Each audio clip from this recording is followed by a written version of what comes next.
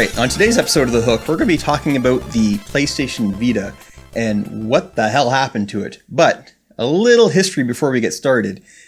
I know everyone knows Nintendo has pretty much dominated the handheld market. Everyone's come and had their butts kicked to death by them. The only company to be successful against Nintendo has been Sony with the PSP. So what went wrong? Why was the PSP's successor basically such a failure? But how is it now suddenly an odd success? This sounds intriguing. It does, doesn't it? This sounds like an episode of The Hook. On today's episode of The Hook, the PlayStation Vita. I gotta start by saying, here's my Vita, and seen a lot of use. The glue's kind of not holding this, but it's because I'd always play it literally like this. I don't know if everybody does this. Hey, in the comments, you have one of these leather-ish things. Do you play your Vita like this? I don't know, but it's comfortable for me. So this is a first gen OLED screen. It's the heavier one. I love it. It is my favorite handheld ever. It is also the system in which I play the most games today. Obviously life being what it is and not having as much time as home as I would like. But man, the Vita. So the question is now, let's look at the most successful handhelds before. Obviously the Game Boy Color. The Game Gear around that time too? Yeah, the Game Gear the Game Gear wasn't a massive success, but it wasn't a complete failure either. It did okay. The Lynx was a failure. The Neo Geo Pocket, unfortunately, was a failure because that was a great system. Wonder Swan. Yeah, the Wonder Swan, again, another system that didn't do so well. Didn't even make it outside. Didn't even make it to us. But when Nintendo released the DS, now the DS, if you don't include consoles at home, is the most successful video game system in the history of mankind. Mm-hmm. Now, Sony went against them with the PSP. Now, the PSP actually sold a hell of a lot of units, so it was actually a success. Now, it still wasn't close to the DS numbers, but let's be honest here, that's just unattainable. The DS sold something like 160 million, something insane amount of numbers, right? But, so Sony had this success with the PSP. The PSP was, and let's be honest here, had a little help with a game called Monster Hunter in Japan. Yeah, so... Just a bit. Sony's coming off this high. They were able to take on Nintendo where Nintendo was unstoppable. Didn't beat them, but did a hell of a lot better than anyone else, was actually profitable, got tens of millions of units of PSPs in homes. So now they released the sequel. So what happened? Why did the Vita almost fade away from everyone's memory almost instantaneously? Number one. Yes. Insane price for memory cards. There you go. Yeah. That's a big-ass problem I've had with the PSP since day one, is the memory sticks that Sony makes are way too damn expensive. Never made any sense to me, because if you were making a system where you're focusing on selling games through a digital online store, why wouldn't you just use the more available medium? Mm-hmm. Why do you have to do that? And I know. Right, they always say that, but it's like Sony didn't make money from the memory sticks. They ended up losing a lot of money off of that. Why did they think that was a good idea? At the chance that maybe they would make a lot of money, even at the most impactful that they could have possibly been with memory sticks, it still wouldn't have been that impressive compared to what the SD market was doing at the same time. Yep. It made no sense for them to do that, and that was a stupid move. I believe probably some of its motivation, their motivation would have been, since you're doing something proprietary hardware is harder to crack. It's harder to emulate. It's harder to pirate. So I'm not saying this for sure, but all I know, you want to keep people from buying your system. Oh, we'll see. What's the biggest card on the Vita? Is it 16 or 32? Whatever it was $100. Yeah, exactly. The price was insane. I had to buy my used. The system was already pretty expensive to begin with, mm-hmm. and to put things in perspective, because I'm sure when I say why was the Vita not a success, a bunch of people already say iPhones, smartphones, that's why. But keep in mind, its competitor was the 3DS, and the 3DS, even though it wasn't as successful as the DS, the 3DS has done just fine. So you know what though? Here's the thing. They released games on the PS Vita that are also Android and iOS games, but the difference is you're paying $2, $3, $4, $5 mm-hmm. for the smartphone version. Yeah, we don't need to get into a discussion on how playing games on smartphone is not really fun because of the touchscreens and whatnot. That's not the point. The point is you look at a game that costs $3 on a phone, or that they were trying to charge $35 or $40 on the Vita, so you can have superior controls and a nice whatever. It's that price point kept people away. So you had games that were being sold much cheaper on other platforms. You had erroneously expensive memory that you needed. I can't even tell you. Like I think it came with like the piddliest, smallest memory card. It did, yeah. That, you know, congratulations, you can save your settings and maybe you save on one game.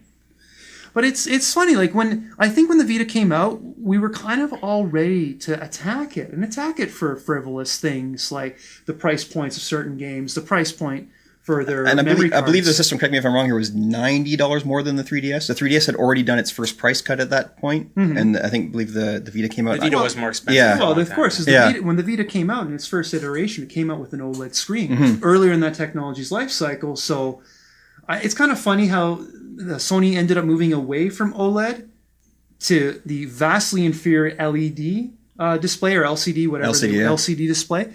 When obviously now that OLED's getting a little more traction, I'm pretty sure they'd be able to get an OLED screen back into the Vita at a very reasonable price. But hey, we know Sony, right? We're gonna make the PS4 Pro more affordable, so no Ultra HD Blu-ray player. And what was that? How much did you save? $15? It's funny you mention that because not to get too off topic, but it seems to be Sony's MO almost when you re-release a system, you're supposed to like, okay, maybe a bit more efficient, a bit better. They seem to cheap out a lot. They did it with the PSP as well, or with the exception of being able to hook up the 2000, 3000 to the TV, the components, everything else, it was much cheaper. Even the screen quality was cheaper than the PSP 1000. So you're right, with the Vita as well, they went to the cheaper screen, the cheaper build. Yeah, you know, when you pick up the fat PSP, like the 1000, or when you pick up the first gen Vita, it's not like it's a brick, but it's a substantial weight. And you know, feels solid, and it feels like it feels like a real piece of hardware in your hands. Like, you know what? I'm gonna play. See, the reason it's funny. Like I wrote an article on GameStar81.com, getting hands on with the Vita before it came out, and I was pretty critical of it. It's kind of funny what a couple of years did. I only got a Vita because of the integration with the supposed integration with the PS4. I'm not sure if I ever really used any of those features, but what ended up happening is when the PS4 came out, I became a PS Plus subscriber, and I already had the PS3. I got the PS4 now, and I got a Vita. It's just funny. I bought all three of those systems in a very small period of time. PS3 dies, don't have a Vita, PS4 launches. And so I'm like, wow, you know, I'm paying this money for this. It was different then. It wasn't 6 free games a month that had the back catalog you could download from. But man, did the Vita surprise and shock me, because the screen was beautiful. The tech inside it made for some very beautiful visuals. It's a very technical capable system. When they call it like a portable PS3, it essentially is. Like for a portable, it's super powerful. And it's honestly my favorite way to play indie, kind of that 16-bit or 8-bit kind of style, like retrograde indie games. Hotline Miami. And you put Rogue Legacy and Shovel Knight and stuff like that. Shovel Knight. You know, like Hotline Miami 2. And, you know, like Xeodrifter? Yep. Yeah. And what I liked about it is it was easy, it was very portable, and it felt like I was very connected to the game in the sense that I felt engaged. I never really liked the DS and the 3DS. Like, I bought the DS to play New Super Mario Brothers. I honestly can't tell you if any other cartridge or card went in it other than the R4 at a certain point. I like the DS quite a bit, honestly. The DS, I love that a lot. I had the DS, and then I got the PSP a little while later, and ended up having a lot of really fun experiences on the PSP. The PSP felt like full-size experiences, where the DS felt like they were specifically making mobile games. And it was a very different mentality between the two systems. Obviously, there were mobile games on both platforms, but I really felt like the PSP was for an older audience, a console type experience in portable form, where the DS knew it shouldn't be doing that. I don't think that ever really hurt the PSP, but by the time the Vita came out, I was PSP hopeful. I really liked the PSP, so I thought, well, I'd get a Vita. And I kept thinking I'd get a Vita, and the only reason I didn't was because it really felt like Sony just kind of gave up on it. And that's the point I wanted to bring up when we said what went wrong. So we've discussed all its positives, which was like very capable hardware, tons of support from indie games. Like you were saying, the cross-platform, you buy or you get a game on the PS4, PS3, you can have it on that Vita. Great. Like and even though the integration didn't work out as well as Sony wanted with, play on the go with certain games, like certain console games, but it didn't. Rogue Legacy though. I mean like actual like high-end AAA games, like but it didn't seem to matter. But it was just that. But it seemed odd, like you said. It seems like Sony, from my eyes, almost forgot about the Vita the day after it was released. It seems almost like surreal to me that here's the company that pushed all this marketing. It's going to do this. It's going to do this when it comes out. They seem to put all their concentration on the PS4, which is fine. But if you're a company producing multiple hardwares, you can't just instantly forget about one. But it's almost like they threw it to the wolves. Oh, I'm sorry. Sony instantly forgetting about hardware they released? PSP Go! Yeah. I know. It blew my mind because when the PlayStation 4 happened, and they were talking about it, and they were talking about the Vita, I was like, well, this makes sense. The Vita and the PlayStation 4 are going to work together. Yep. And I thought it would be the same way with the 3DS and the Wii U. But that shit just never happened. No. Like these companies, and like okay, let's make this clear. Nintendo has had way more success with the mobile market. Easy. Mm-hmm. No one can doubt that. No one can put that up to question. Other companies have gotten close, and Sony has been the most successful at it outside of, in the gaming realm anyway. But I gotta say, when it came to making their home consoles and their mobile platforms work together, every company has sucked at it tremendously. Sony has been terrible at it, and they've done some pretty interesting things. And they've done a lot of interesting things, like the ability to stream your games off your console anywhere you are, which they just never focused on anymore. And then Nintendo has sucked at it a lot more because seemingly there is no integration between the DS and the Wii or the 3DS and the Wii or the Wii U. It just it was like, no, we tried it with the Game Boy Advance, and to be honest, well, that was a mistake. It's like, no, well, because the way you integrated it was dumb. Like, I mean, and I know there's going to be people that are going to hate me for this. The Game Boy Advance interacting with a GameCube is so unnatural and wrong. The actual wire you plug up to the GameCube to the Game Boy Advance blocks the area for the Game Boy Advance SP, blocks the area where you'd be able to charge the system. Yeah. Plus, which is stupid. Plus, the cable doesn't actually give the system any power. And if you wanted to use the Game Boy Advance, it was a little bit more difficult because maybe the screen the Game Boy Advance was backlit. Yeah. So you had problems with that. And honestly, I just found that stuff to be irritating. And then I did play a lot of Game Boy Advance games with the GameCube to try and get that experience and to know what it was like.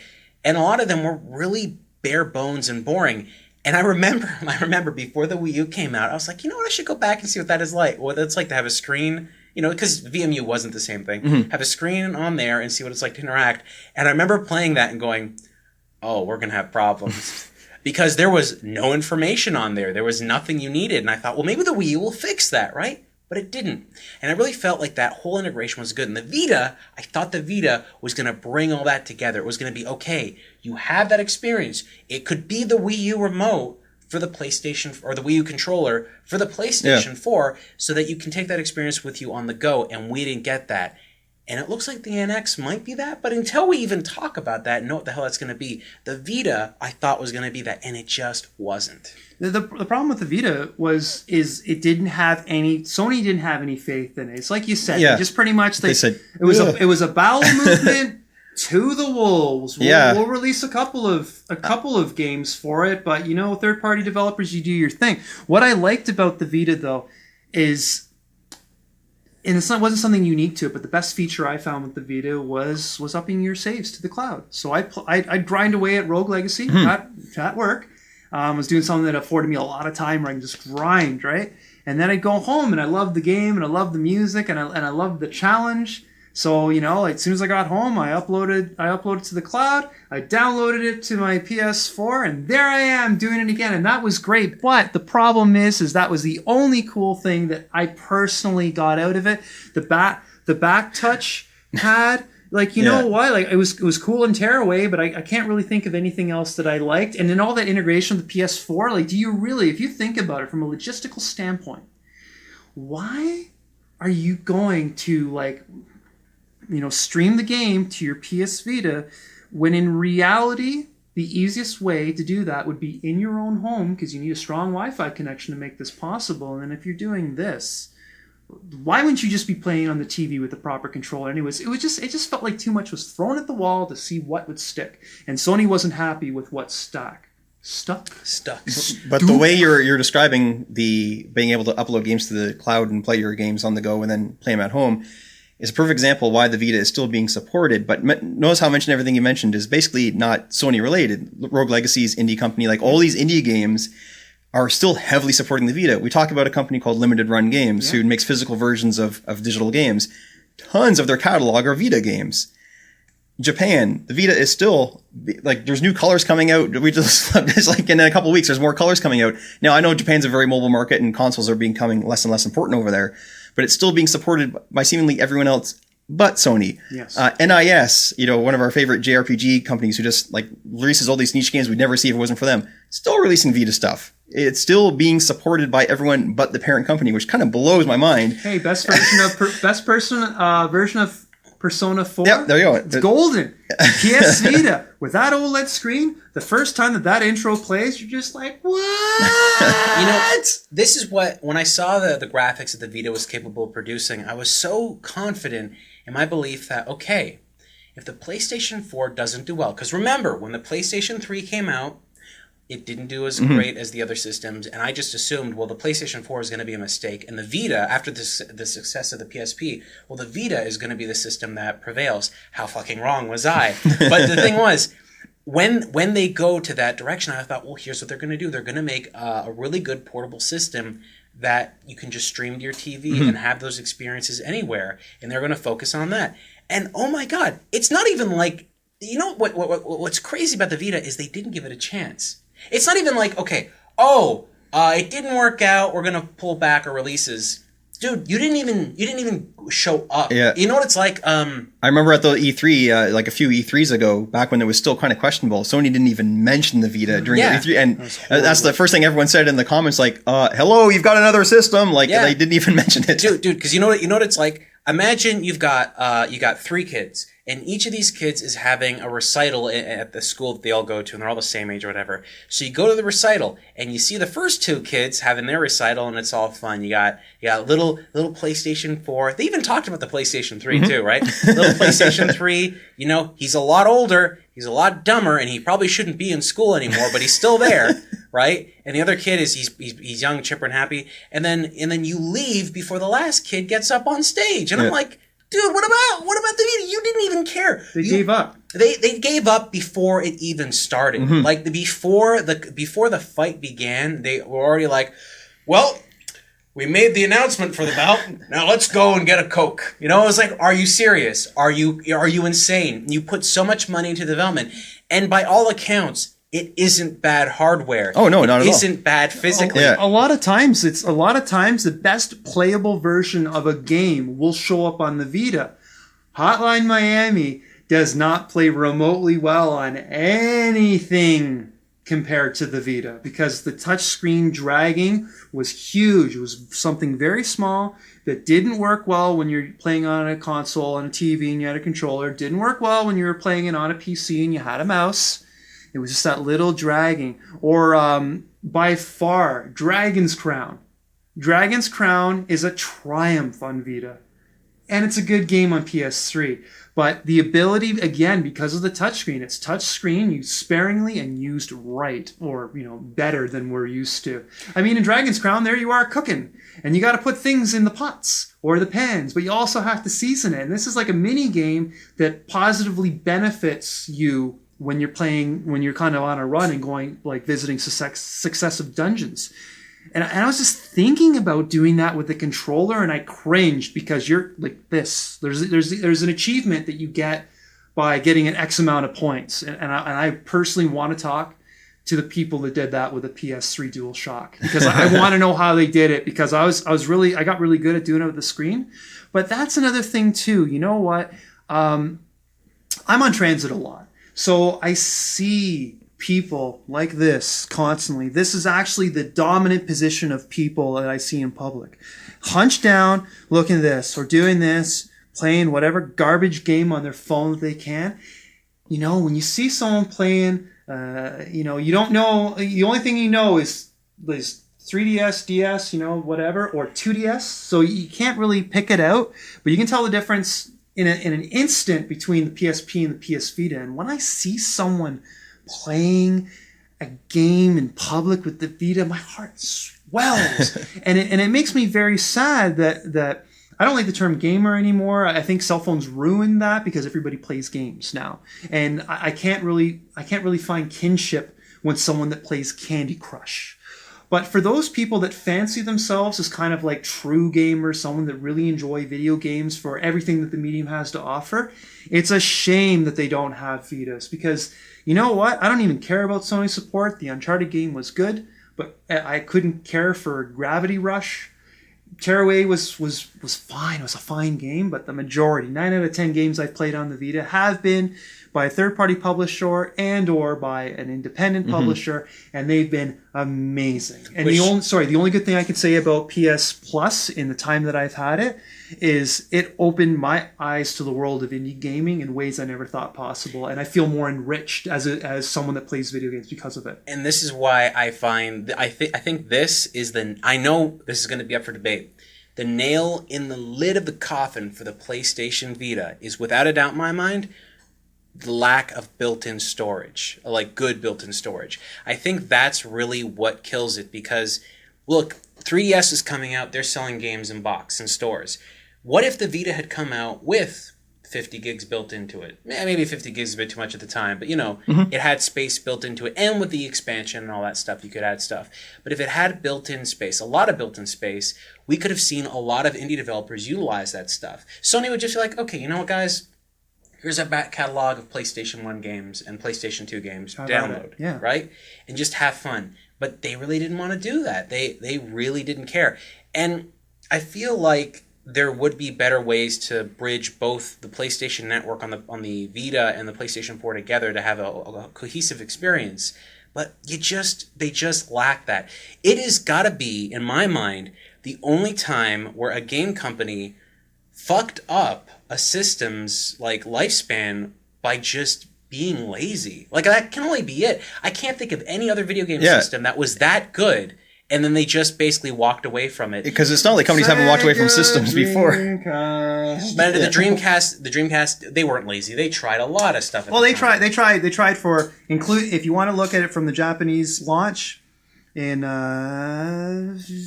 February? No, was it February 99 or was it in 98? It was 98. It was 98. So it was late 98. If you want to look at it from there, they had about 2.5, 3 years. So they gave it a good run. You're right. And they had way heavier competition too coming out. They had obviously the PS2, which was hyped like crazy. Yeah. This Nintendo at the time, we thought the GameCube might have been a success because they were riding high still. And this new Xbox, what the hell is this backed by a multi-billion-dollar corporation? You know what I mean? So they had used to work with. Yeah, so they had 3 really heavy hitters coming at them. Look at it. This is what concerns me the most, kind of going forward, and this is why the Vita is a cautionary tale, because Sony didn't support the Vita the way that they should have.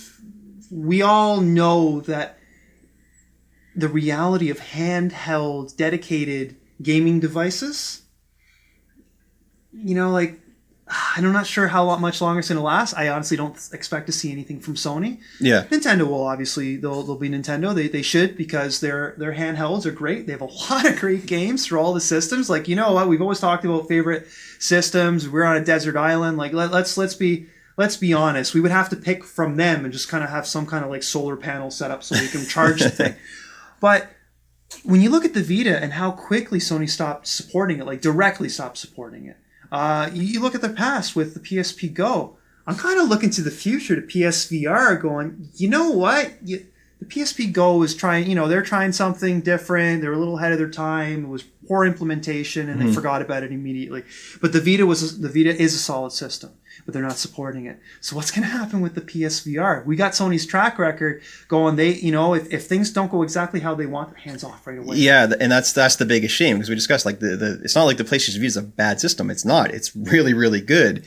It's not like when the Virtual Boy came out, that was arguably not a great system. So Nintendo, after a few months, went, not for us anymore. And that's understandable. It wasn't selling well, and Nintendo didn't want to support it because it was poorly received. But the Vita, you listen to people who own it, like you, me, people love it. They really do enjoy it.